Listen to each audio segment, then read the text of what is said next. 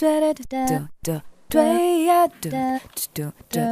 fois que les images 3D sont produites, des mois, voire des années après, les projets prennent vie et c'est vrai que c'est assez gratifiant de savoir qu'on a participé à tout ça. Centres commerciaux, boutiques de luxe, stands publicitaires, François et ses collaborateurs sont passés maîtres dans l'art de poser la première pierre virtuelle de l'édifice. Nous travaillons principalement pour des agences de pub, des architectes, mais aussi des grandes marques pour valider toutes sortes de volumes architecturaux.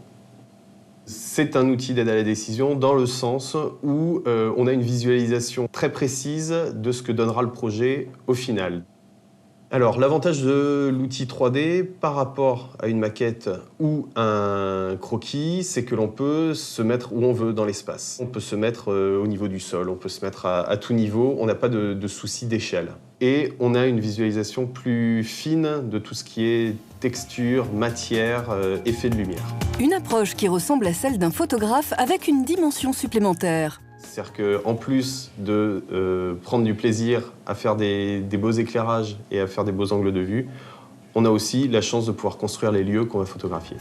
Et s'il faut peaufiner le moindre détail, il est également impératif de respecter les dates de rendu imposées par des clients souvent très pressés de visualiser leur projet.